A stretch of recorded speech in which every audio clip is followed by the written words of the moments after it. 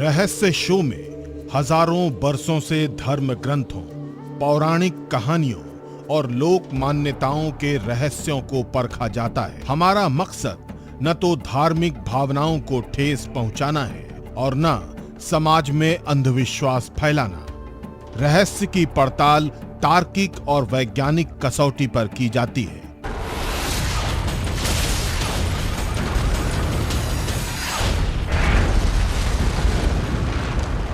नमस्कार, मैं हूं विपनेश माथुर। देश के कई मंदिरों में दावा होता है कि पुजारी से पहले कोई आता है और पूजा करके चला जाता है, लेकिन पुजारी से पहले कौन आता है, इसे लेकर आज तक अलग अलग मंदिरों में अलग अलग दावे होते रहे हैं। हैरानी तो ये है कि दावों के बावजूद कोई जान नहीं पाया, देख नहीं पाया कि प्रथम पूजा कौन करता है। इस अनजान पुजारी को लेकर उत्तर प्रदेश और मध्य प्रदेश के कई मंदिरों में दावा होता है कि यहाँ महाभारत के योद्धा अश्वत्थामा आते हैं। यूपी के बाराबंकी के एक मंदिर में तो पांडवों की माता कुंती के आने का दावा होता है। इन मंदिरों में जब सुबह पुजारी कपाट खोलते हैं कि मंदिर भगवान की पूजा हो चुकी होती है। इसे हमने अपनी आंखों से देखा भी है, लेकिन आज हम आपको जहां लेकर जा रहे हैं वह ना तो अश्वत्थामा आते हैं और ना ही माता कुंती। ये पुजारी कौन है, आज इसी रहस्य से उलझते हैं। नोएडा फिल्म सिटी की चौहद्दी लांघते वक्त हमारे दिमाग में तस्वीर साफ थी कि हमारी मंजिल किधर है।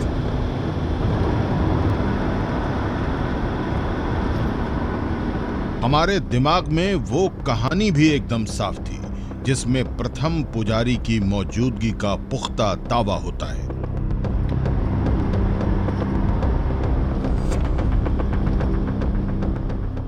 और वो आते हैं, इसका प्रमाण मिलता है कि कभी ऐसा फूल जो कभी देखा ना हो माँ के चरणों में मिलता है। कभी पट खोलो तो माँ के पूरे वस्त्र गीले हुए मिलते हैं। कभी अगरबत्ती के ऐसे जले हुए टुकड़े मिलते हैं, क्योंकि ऐसी मानता है कि रात में आते हैं तो कहीं कोई बीच में विघ्न ना हो, इस कारण से ऐसा करते हैं।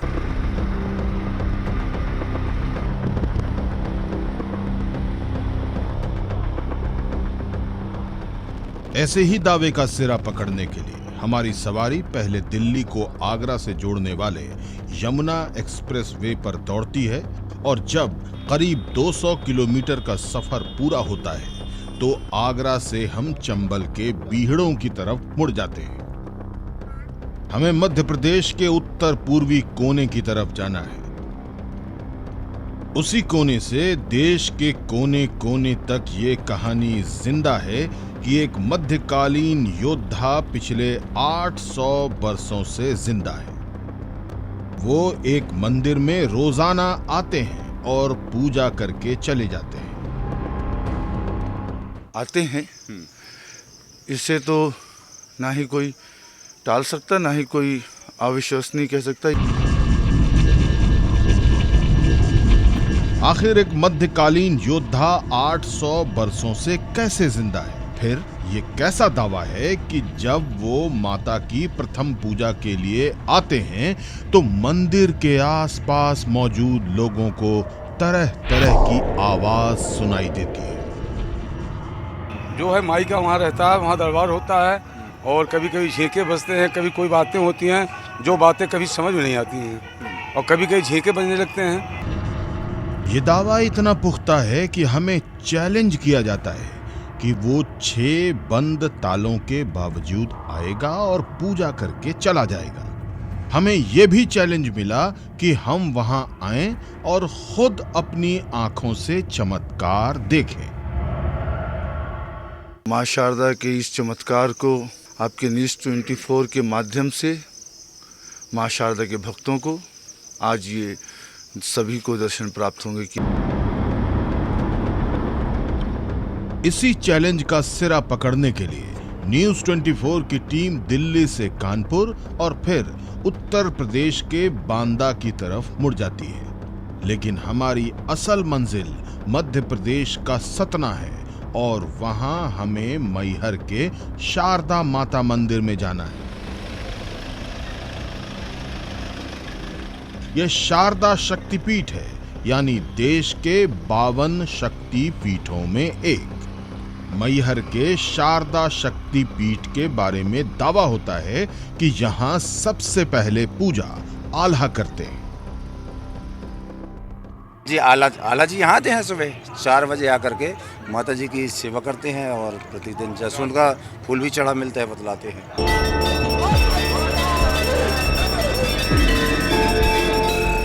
शारदा पीठ की महिमा अपरंपार है। इस पीठ से लोगों की गहरी आस्था है। नवरात्र के मौके पर यहाँ श्रद्धालुओं की भारी भीड़ उमड़ती है।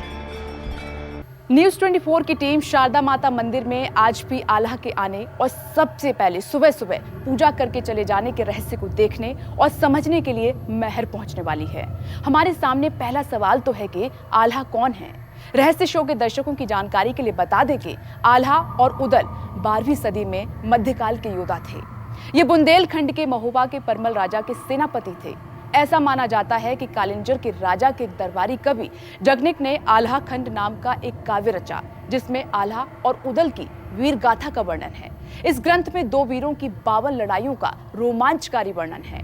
इनकी आखिरी लड़ाई दिल्ली के राजा पृथ्वीराज चौहान से हुई, जिसमें पृथ्वीराज को हार का सामना करना पड़ा था। 12वीं सदी के परमवीर सेनापति आल्हा और उदल 2 सगे भाई थे।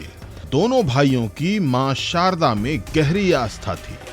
बुंदेलखंड के जीवन और संगीत में आज भी इनकी छाप देखने को मिलती है।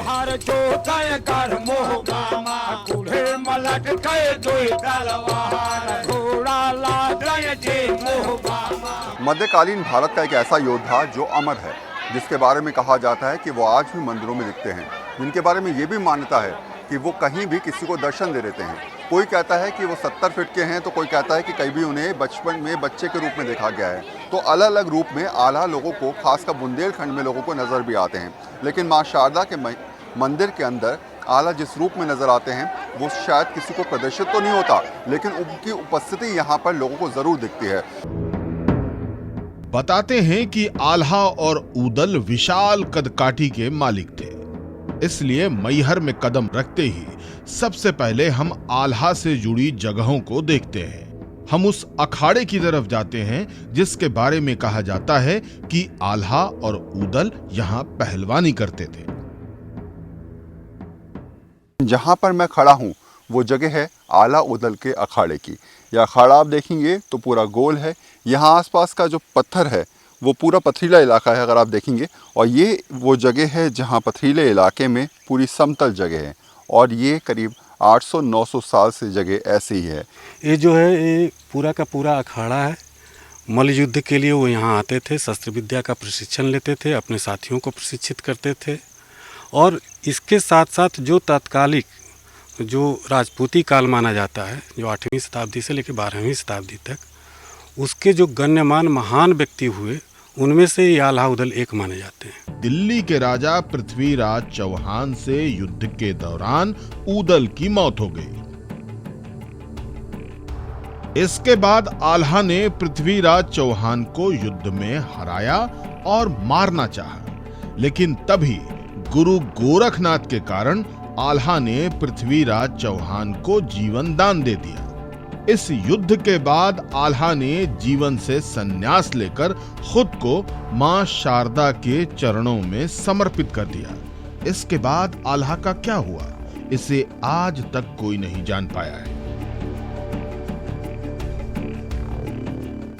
ये कहानी है मध्यकालीन 2 वीर योद्धाओं की, जिनके बारे में इतिहास के पन्नों में न जाने कितने किस्से कहानियां दर्ज हैं। आल्हा और उदल। उदल की मौत के बाद माना जाता है कि आल्हा कभी देखे नहीं गए, उन्होंने वैराग्य ले लिया। यह भी माना जाता है कि वो अमर हैं और मां शारदा की रोजाना शरण में जाते हैं, वहां अपनी उपस्थिति दर्ज कराते हैं। ये भी कहते हैं कि आल्हा ने यहाँ 12 साल शारदा माता के चरणों में तपस्या की। मैहर में उनके अखाड़े के ठीक सामने की तरफ शारदा माता मंदिर है। माना जाता है कि पास ही एक तालाब है। कहते हैं इसी तालाब में स्नान करने के बाद आल्हा माता की पूजा करने जाते हैं। सामने मैहर की त्रिकूट पहाड़ी के ऊपर शारदा माता मंदिर है। हमें उसी मंदिर में प्रथम पुजारी आल्हा के आने और पूजा करके जाने का रहस्य जानना है। मंदिर जाने के दो रास्ते हैं, या तो 1000 सीढ़ी चढ़कर भी आप मंदिर में जा सकते हैं या फिर डायरेक्ट ट्रॉली के माध्यम से भी आप मंदिर में एंट्रेंस कर सकते हैं। तो फिलहाल हम लोगों ने ट्रॉली का रास्ता अपनाया है। करीब 10 से 12 मिनट का समय लगता है ट्रॉली से मंदिर परिसर में पहुंचने में। हम त्रिकूट पहाड़ी की चोटी पर बने शारदा माता मंदिर पहुंचते हैं।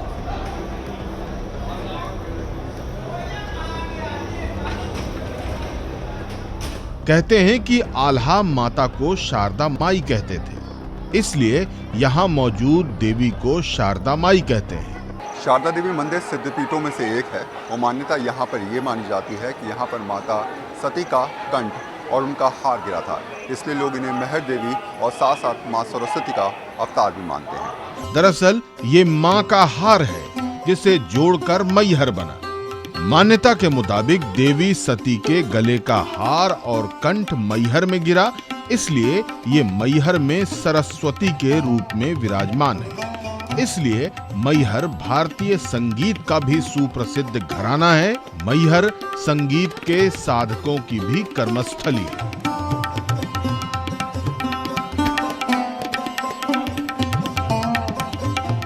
अब इतिहास चाहे जो हो, हम आल्हा के रहस्य को समझने के लिए शारदा माता मंदिर तक पहुंचे हैं। यहाँ आए श्रद्धालुओं से जब हमने मैहर माता से जुड़े चमत्कार के बारे में पूछा तो हमें चौंकाने वाला जवाब मिला।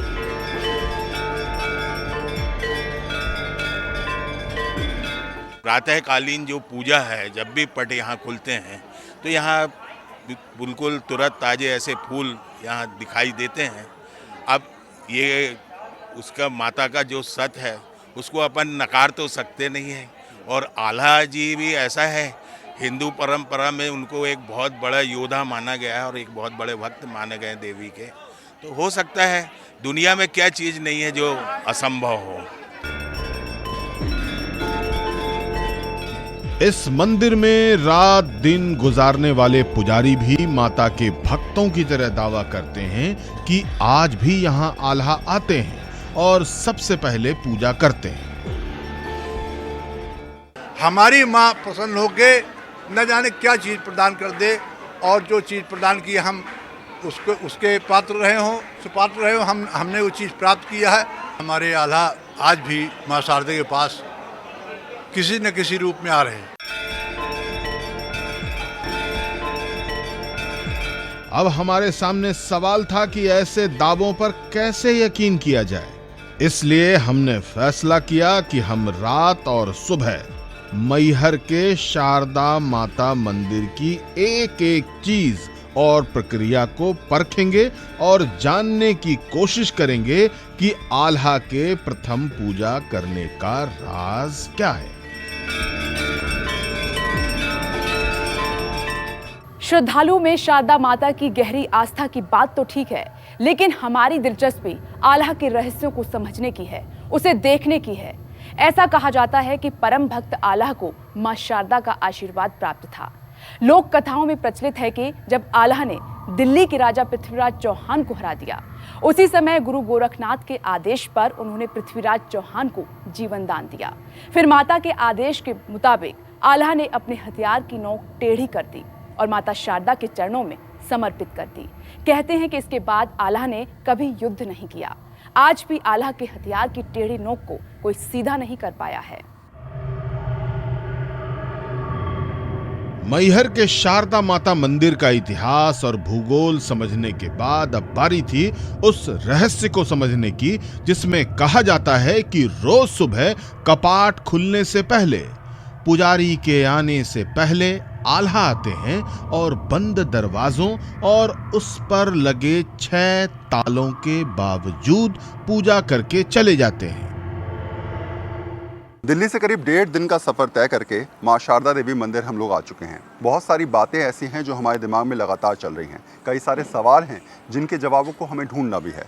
ऐसे में इन तमाम सवालों को जानने का हम लोग प्रयास करेंगे, लेकिन मेरे साथ नितिन महाराज जी हैं जो शायद हमारे कुछ सवालों के जवाब दे पाएंगे और हमें वो पूरी प्रक्रिया, जो तमाम सवाल हैं, उनकी तह तक ले जाने में हमारी मदद भी वो करेंगे। और वो आते हैं, इसका प्रमाण मिलता है कि कभी ऐसा फूल जो कभी देखा ना हो माँ के चरणों में मिलता है। कभी पट खोलो तो माँ के पूरे वस्त्र गीले हुए मिलते हैं, कभी अगरबत्ती के ऐसे जले हुए टुकड़े मिलते हैं, कभी घंटे रात में अपने आप बजने लगते हैं। तो ऐसा लगता है कि रात में वो आते हैं और माँ की पहली पूजा करके जाते हैं। अच्छा, मुझे ये बताइए कि अब प्रक्रिया क्या रहेगी, कैसे आप लोग क्या क्या करने वाले हैं, कैसे चीज़ें होंगी और हम कब वो कपाट जो हैं वो बंद होंगे, क्या प्रक्रिया रहती है? बस अभी ये संध्याकालीन श्रृंगार हुआ है और अभी माँ का पट खुलेगा, दर्शनार्थी वो दर्शन करेंगे और लगभग 7:30 तक माँ की आरती होगी और आरती बाद फिर माँ के पट बंद होंगे और सुबह ही फिर माँ के पट खुलेंगे। सुबह कपाट खुलेंगे जी। तो फिलहाल महाराज जी हमारे साथ रहेंगे और हमें हर चीज़ को समझाने का प्रयास भी करेंगे। हम लोग आपको आरती भी दिखाएंगे, हम आपको ये भी दिखाएंगे कि आखिर कपाट कैसे बंद हो रहे हैं। हम आपको तमाम तस्वीरें दिखाने का प्रयास करेंगे जिसे देखकर आप सोचें कि हाँ, इस समय पोजीशन ये है, इस समय हालात ऐसे हैं और सुबह जब कपाट खोलेंगे तो तस्वीर क्या होगी उसे देखने के लिए हम भी बेहद उत्साहित हैं। मैहर में शाम ढल चुकी है। अब मंदिर को बंद करने की तैयारी हो रही है। मंदिर को बंद करने से पहले माता की शयन आरती होगी। अभी तैयारी हो रही है। श्रद्धालुओं की भीड़ बढ़ गई है। अभी शाम के 7 बजे हैं। कुछ ही देर में शयन आरती होने वाली है। हम इंतजार करने लगते हैं।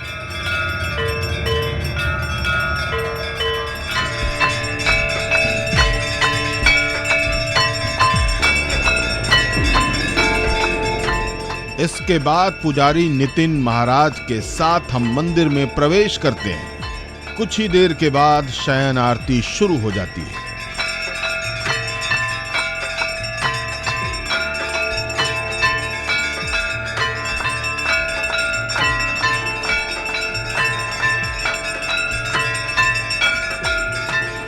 शयन आरती खत्म होते आरती की थाल बाहर आ जाती है और श्रद्धालु आरती लेते हैं।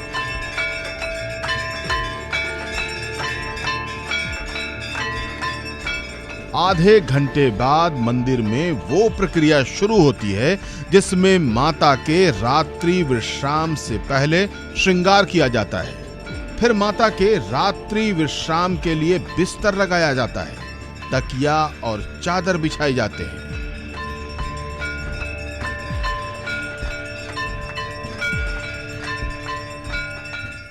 अब फिलहाल प्रक्रिया शुरू होने वाली है। महाराज जी मेरे साथ हैं। आरती हो चुकी है महाराज जी, अब अगली प्रक्रिया क्या रहने वाली है? बस तो माई की सेज लगेगी और सेज लगने के बाद पट माँ का बंद करेंगे। माँ का कपाट बंद हो जाएगा जी। मंदिर के। तो फिलहाल मैं चाहूँगा कि मेरे कैमरामैन उमेश सिंह आपको दिखा दें कि किस तरीके से तस्वीर है। तस्वीर को आप देख लीजिए, ध्यान में बसा लीजिए और शायद सुबह हमें हो सकता है दूसरी तस्वीर देखने को मिले, ये हम उम्मीद कर रहे हैं। तो आप वस्त्र देख लीजिए, जो अंदर के हालात हैं वो आप देख लीजिए। सामने माला रखी है माँ के सामने। इसके अलावा आप देखेंगे तो ज़मीन पे थोड़ा सा पानी है, कहीं भी बाहर की तरफ आपको बहुत ज़्यादा पुष्प नज़र नहीं आएंगे। माँ का श्रृंगार कैसा है वो भी आप देख लीजिए इन तस्वीरों के माध्यम से, और इस तस्वीर के माध्यम से बहुत सारी चीज़ें क्लियर होने वाली हैं सुबह। तो फिलहाल हम अभी आपको एक तस्वीर दिखाएंगे। आप देखेंगे मूर्ति के आगे जो है माता की जो प्रतिमा है उसके आगे आप देखेंगे तो यहाँ पर एक स्थान दिखाया गया है जिसमें कहा जाता है कि माता यहाँ पर आती हैं, विराजमान होती हैं। और ये स्थिति जो आप देखेंगे इसके ऊपर पुष्प है। पूरा एक तरीके से कहा जाए तो जो पोजीशन है, जो हालात हैं वो आपकी इन तस्वीरों के माध्यम से क्लियर हो जाएंगे। क्या क्या चीज़ें हैं ये अपने दिमाग में आप बसा सकते हैं। सुबह हम क्या होंगे हालात वो भी आपको दिखाने की कोशिश करेंगे। बोले माई शारदा की जय। अब इसके बाद मंदिर को बंद करने की प्रक्रिया शुरू होती है। शारदा माता मंदिर के पुजारी ने मुख्य दरवाजे पर बड़ा सा ताला लगा दिया। इसके बाद दूसरे दरवाजों पर ताला लगाने की प्रक्रिया शुरू हुई। इस तरह कुल 6 तालों में रात 8 बजते ही शारदा माता मंदिर पूरी तरह सील हो गया। अब यहां किसी को अंदर आने की इजाजत नहीं है। तो फिलहाल ये फाइनल गेट यहाँ पर बचा है और उसको भी नितिन महाराज जी बंद कर रहे हैं। अंदर हमने आपको दिखाया कि सारे के सारे गेट बंद हैं और ये आखिरी गेट अब ये भी बंद हो गया, यानी कि अब अंदर आने की कोई संभावना किसी की नहीं है।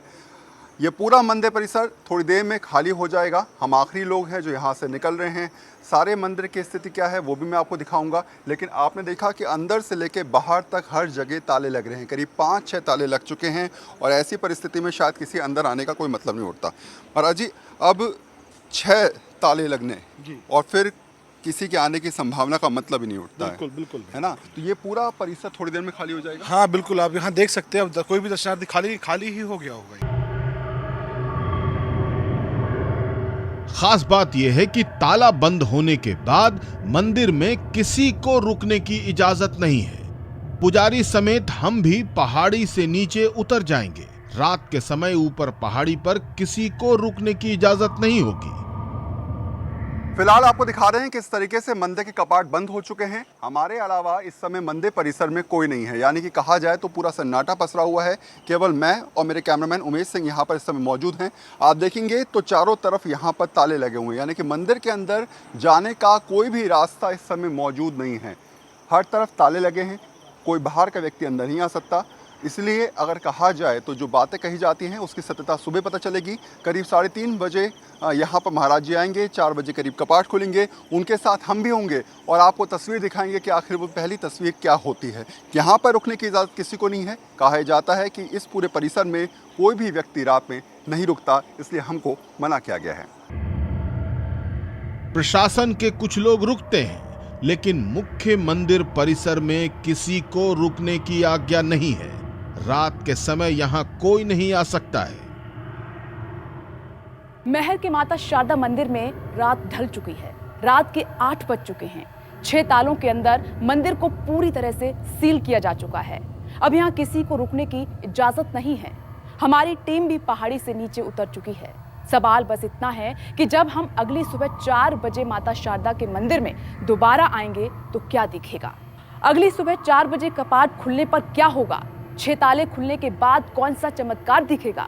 बंद तालों के बावजूद कैसे आएंगे आल्हा। क्या आल्हा का पूजा करने के सबूत दिखेंगे। आल्हा और गुलाब का राज क्या है। ब्रेक के बाद जारी है रहस्य।